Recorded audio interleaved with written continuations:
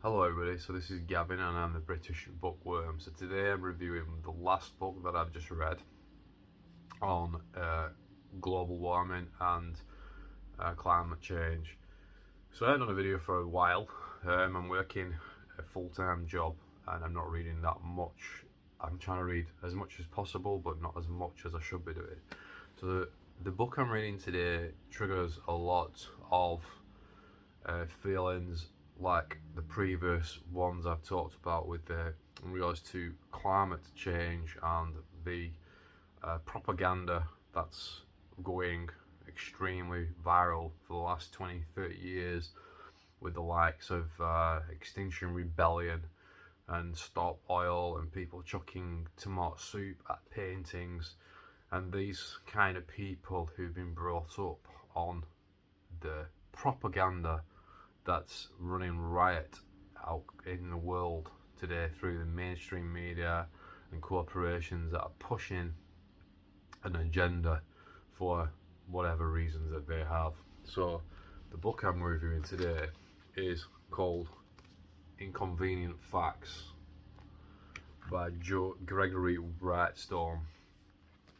Now, Gregory Wrightstone is a geologist with more than 35 years spent investigating the Earth and its processes.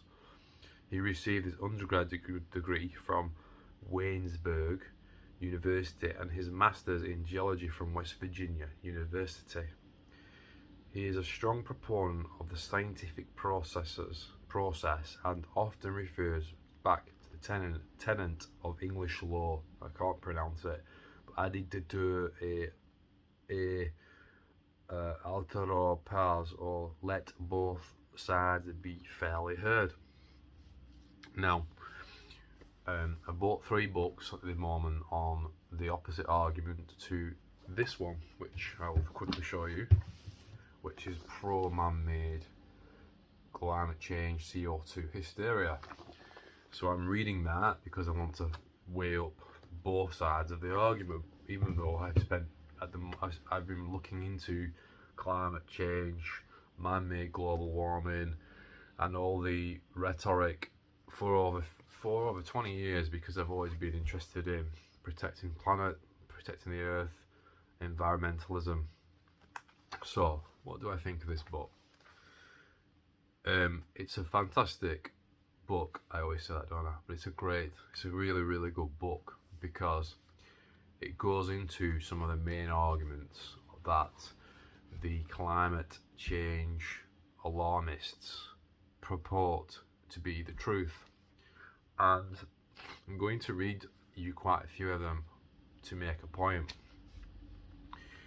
We're living in times where information is the weapon at work in the world, and people's minds and their focus on what they believe is being guided by those who wish to control the way the world works and the way the world moves, in which direction it moves.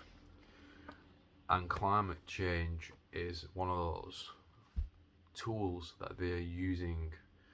Now, I can't say for sure the motives behind this, other than to say it is the most obvious ones being notoriety, power, to control populations even more than they currently do. Right now in the UK and other parts of the world, we are under a massive spike in bills.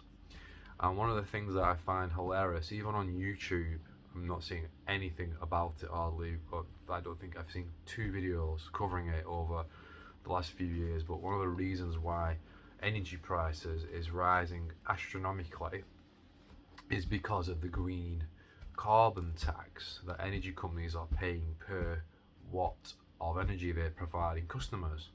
And I'm really shocked that nobody's kicking off. And the reason why that's not happening is because the media are hiding the fact that the reason why your energy bills have gone up over 50% or 100% in some cases, or in most cases it would seem, is because that you're being taxed for the carbon emissions that you are producing through the use of the energy and electricity and the heating that you are using to survive and live. And this is all thanks to the IPCC, to the climate change alarmists. Now, who am I? I'm a nobody who has spent many years trying to educate myself because I am a nobody. And I read books and set up the idea of this channel and the idea of studying and learning because I am a free thinking individual who seeks truth over everything. I am open to change my views on this issue and other issues which I have done in my life over and over again. But when I compare the likes of this work to the likes of this work, just like I have seen over the whole COVID conspiracy, which it is a conspiracy, it is 100% was a conspiracy at work. You have two different worlds. You have something here with hardly any factual information. I've read about a quarter of it so far, but you have something which covers what seems to be on the surface scientific information and data, but you can kind of feel it if you've done enough critical thinking like myself, that there is something at work when you're reading it, very much like the mindset of the activists. When you read this, you're Greta Thunberg type of people who trigger off these fears and alarms. So they've been brought up by a generation of propaganda, and you kind of feel it, and it appeals to authority. So just because you have this side of it, and then you have this book, which is like many books and many lectures I've watched online, where you have somebody pushing an agenda with like surface level of information, and then you have this book which is deeper knowledge and explains the science behind the reasons and the science behind the subject that is on the main political focus across the world at the minute. So what does it say? What am I saying? Inconvenient Facts is a book, is written by an expert in geology, an expert in science, about the fact that the political elite and scientific institutions and elite, the same people who fucked up COVID-19 and lied over and over and over again throughout COVID, the same people that censored YouTube and censored Twitter and Facebook and took off world-class scientists and experts' opinions because they went against the mainstream narrative, the WHO, World Health Organization's opinion, or the CDC, or Public Health England. Them same people, the tech companies that isolated critical opinions on subjects where we should have been listening to them. The very nature of science is the different views that help us reach discovery of truth. This book covers the opposite side that you will never see on BBC, you'll never see it on RTV, you'll never see it with Richard or David Attenborough or people like them. You'll never see those people discuss these topics. And I've never seen real people who push this agenda, like Stop Oil, these protesters that stopping the motorways and causing major misery and upset in the UK at the moment. And I've got my own theories on who's financing them. But these people who are brought up on fear and propaganda, who you would think being probably middle class and retired, who have lived their entire lives using oil and fuel, so that they have lived comfortable lives or driving to work when now they're in retirement, and then they're stopping people getting to work now when they've lived their lives. These hypocrites do not understand the real science, or the science that this book is pushing. Now I'm going to go through some of it with you, because it shocks me how little people know on deeper knowledge on things. Now, I'm not saying that this is necessarily the absolute right or truth on the issue. I'm sure that you could, as a scientist, if you are one, debunk some of the points in it, but I would probably suggest more to, I'll be more inclined to suggest that you probably are going to struggle, because I know truth when I read it or when I come across it, because I've spent my life studying critical thinking processes and thought, and I'm really into finding, seeking truth. And so this book, to come back to the book and focus on it, is a masterclass of truth, in my opinion. Now, if it's wrong in places, I'm sure it could be. We can all make mistakes, but it covers some major points which I'm going to go into in a moment.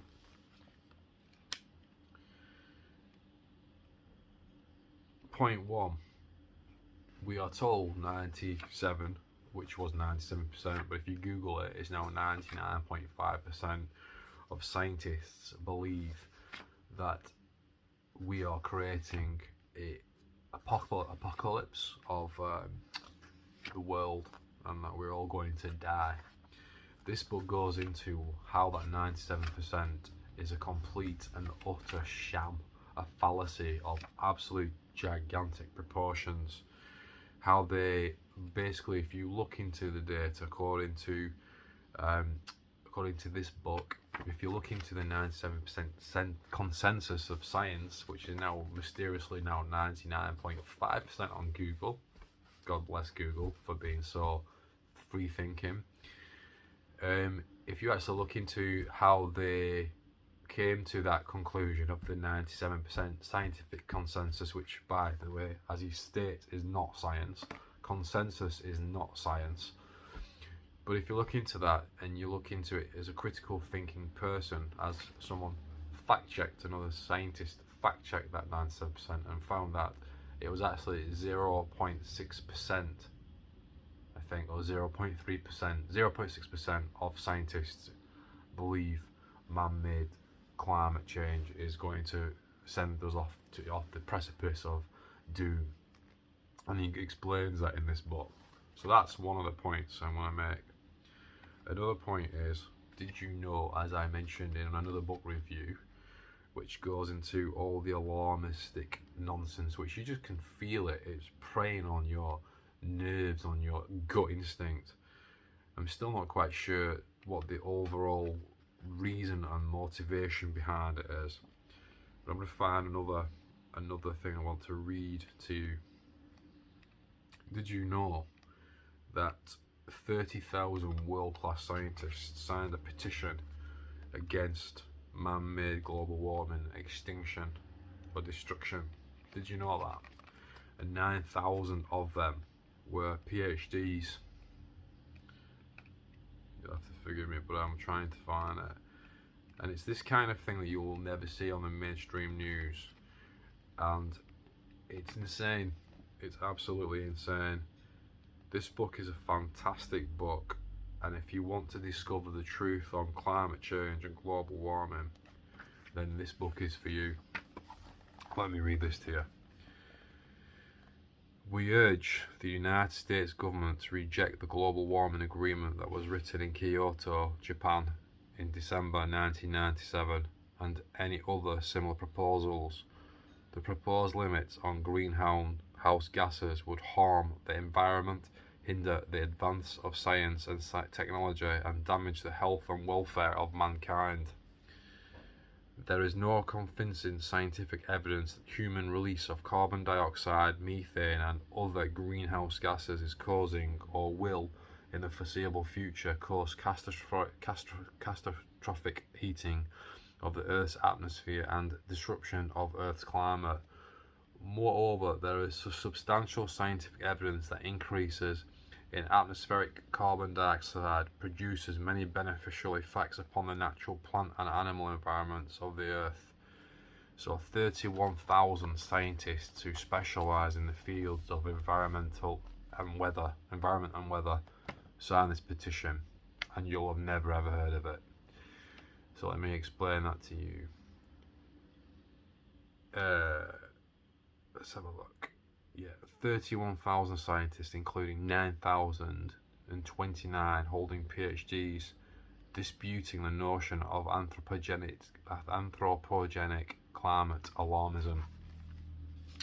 and I was right earlier. It says that note that the official consensus position supported thought it was by just 0.03% of the 11,944 papers reviewed, says nothing more than recent warming was mostly man-made, which is a distinction that you will not understand unless you read this book.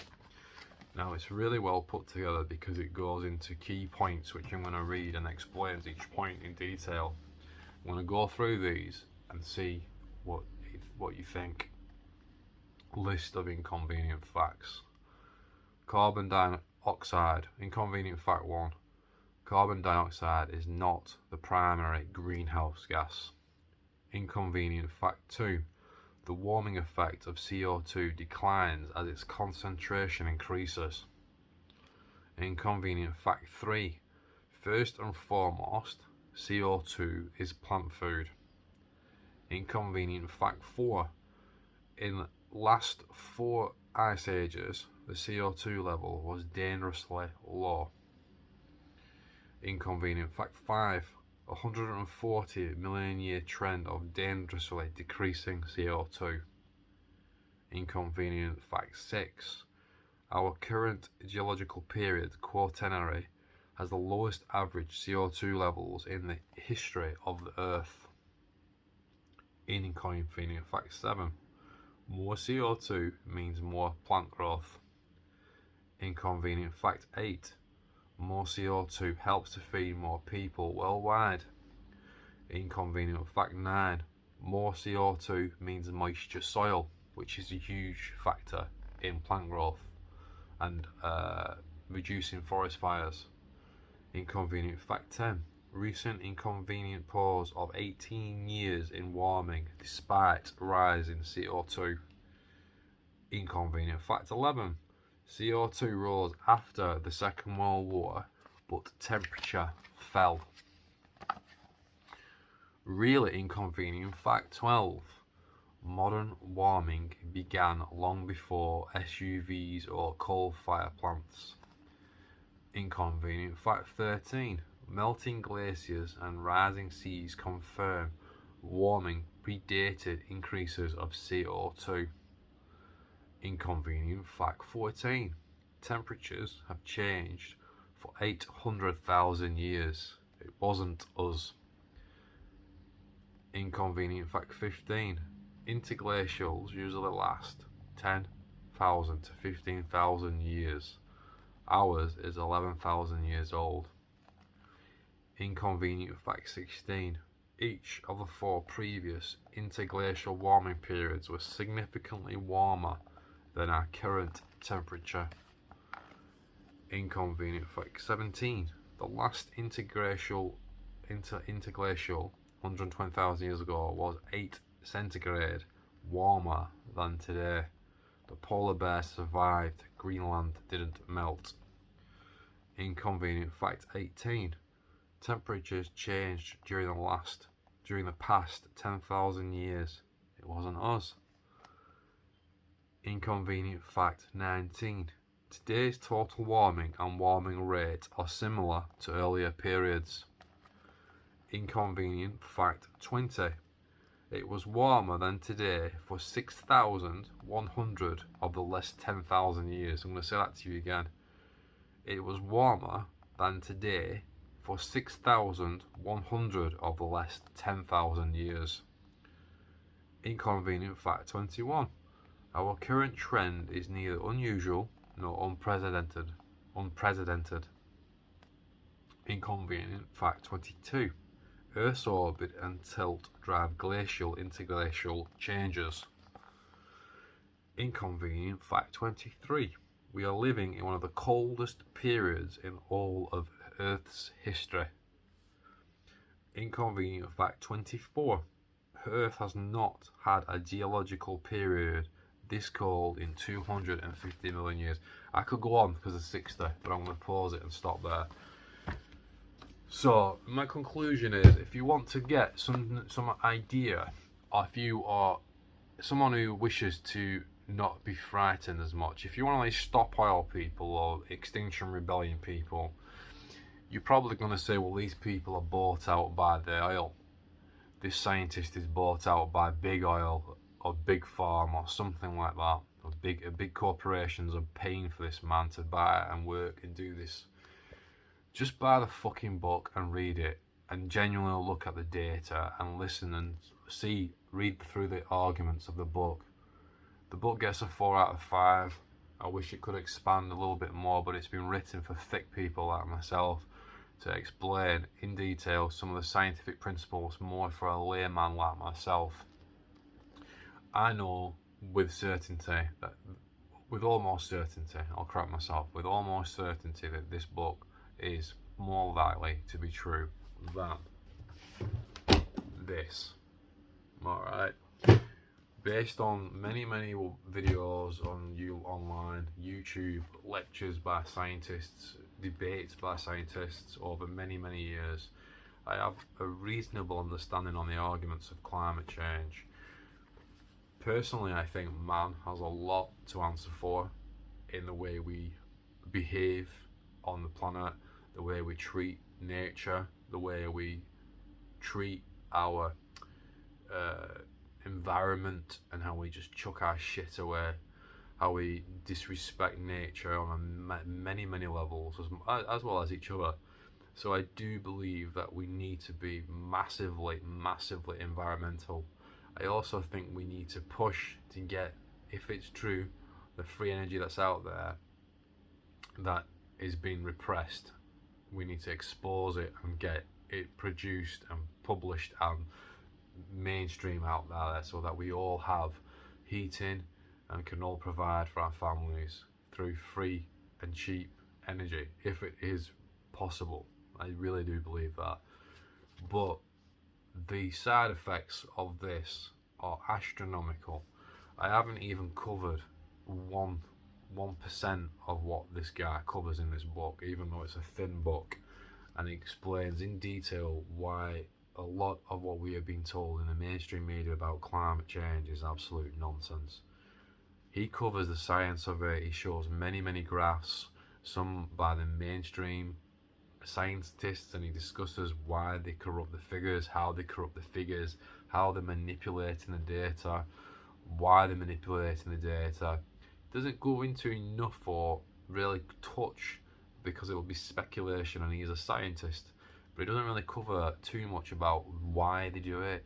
He talks about it as being parts of the reason being, that they are funding their careers, that it's £100 trillion industry, that there's many people going to get very wealthy. For example, Al Gore didn't say this, but Inconvenient Facts, the science that Al Gore doesn't want you to know.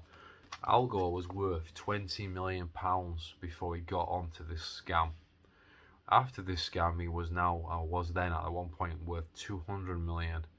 200 million after, because he had shares or interests in the carbon taxation policy that he pushed into place through his inconvenient truth bullshit. I'm going to leave it there. I don't want to make too much of a long video, but Inconvenient Facts by Gregory Wrightstone is a fantastic book. It has an app that you can download for free. Gregory Wrightstone on his app.